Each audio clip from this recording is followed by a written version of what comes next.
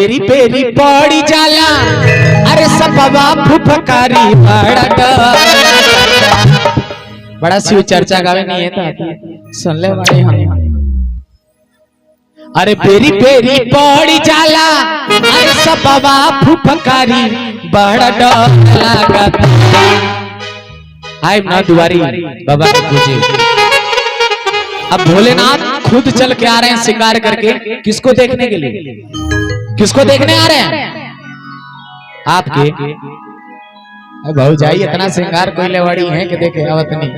भोलेनाथ के देखे आ रहल बाणी कन्हैया लाल को। बोले सामने सरकार की,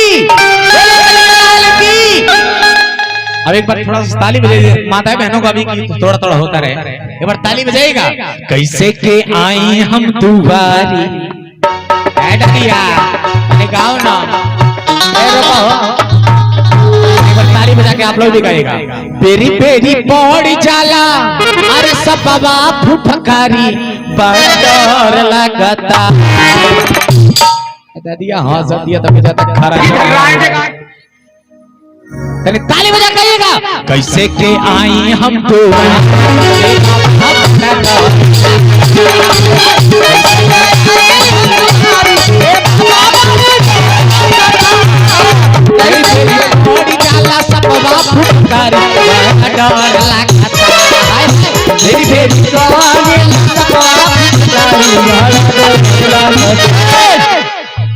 झटका कर ले पिया है ये चूड़िया चोरा के लाइल है शंकर जी के बाराती में गइल हला तेरा कहता ना हम ना गइल। अच्छा भैया गइल ना हां बेचारा डेरा गइल बा गलती से भैया के कह नहीं दोनों के गटे में सांप आ जाए का। कैसे के आई हम तू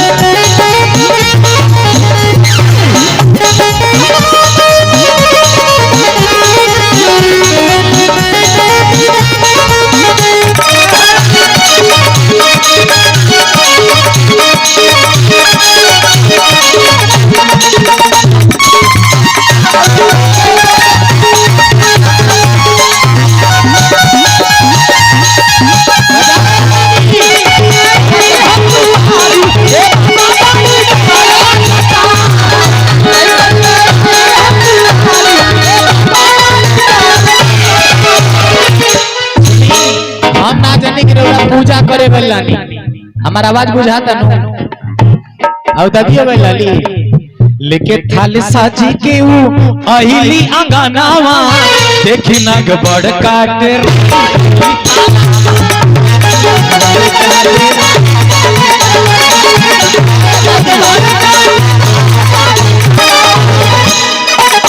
आई देखो नागदेव के दूध पियावे खातिर नागदेव के दूध पियावे खातिर बहुत जाई दहली है कि भोलेनाथ अइया तो अपनी शांति से अइया ठीक ना।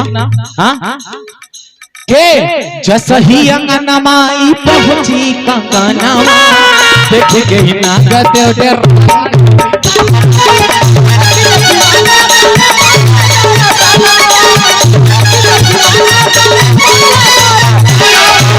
ए हो जाई हम ना जाने तू इतना डरपोक निकल गई हो। करिया बाणे हो दुल्हा करिया बाणे हो दुल्हा करिया बाणे के करिया बाणे बड़ा तेज कहते लियो कि करिया बाणे हो दुल्हा। हो दादी कहां गइली है दादा? अच्छा गइली अब पैसा ले आवे मुझे तो पैसा भुला गेलिए कि कहीं गलती से सांपवा हमारे यहां अगर गड़बड़ा न जाए। इसलिए भोलेनाथ जब चले कन्हैया लाल का दर्शन करने के लिए तो कई लोग सोच रहे थे कि किस रूप में आएंगे कन्हैया लाल, किस रूप में आएंगे भोलेनाथ। लेकिन कुछ लोग कहल का करिया बाणे हो दुल्हा करिया बाणे तो कैसा नहीं है, कैसा नहीं है, करिए ना वही हाँ। तब लोग कहल कि ना नारद बाबा जरूर कुछ गड़बड़ कैले बाणे का कहवा से खोज के ले आइला नारद दुल्हा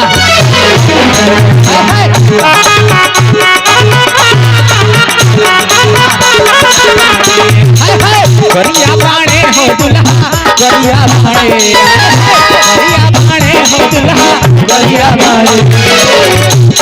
लालू भैया सोहर होई तो देखिए ध्यान रखिए, दादी बड़ा ध्यान से सुनो कहें कि दुल्हा जब करिया होना है तो टिकउओ नहीं मिलेला, तो तू गोरहर बाड़ाइयो ध्यान रखिए। और चाचा जी लाठी लेके बने जंत्र काहे कहती कहीं अगर सांप पोटी गई यार राम इतने मरकोटे किंडी घंटा वाला एंटर बड़ा, इसलिए ताली बजा के एक बार दोनों हाथ उठाइएगा लंबा लंबा।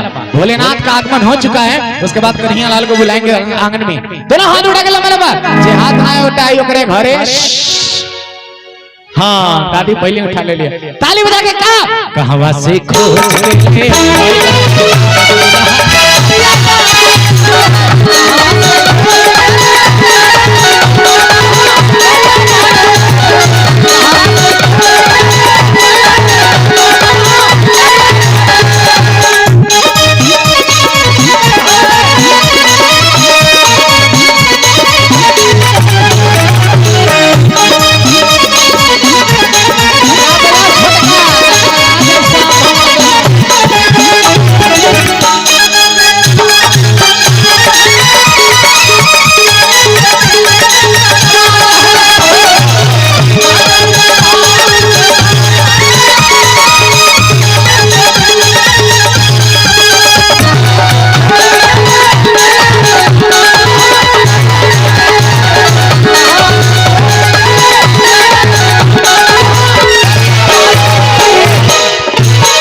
दिया सोचा दिया कि कहां से कजरा लगा देनी भोलेनाथ आंखें में काजर लगल।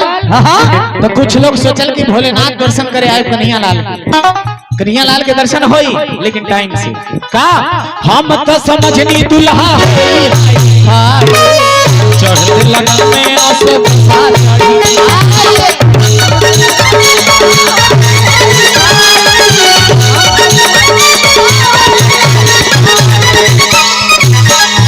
असली जी भैया कहाँ बनी तनी नहुआ दिखावा ना, तनी हरिया दिखावा कहाँ बनी वहाँ के भैया, कहाँ बनी भैया।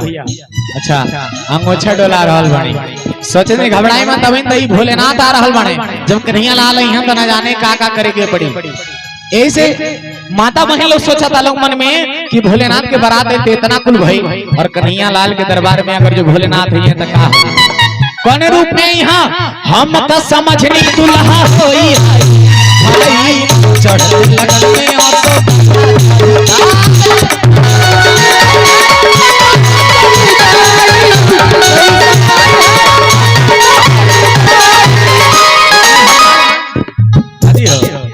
सोहरिया सुनाए भावड़ैया करिया बाणे हो दुल्हा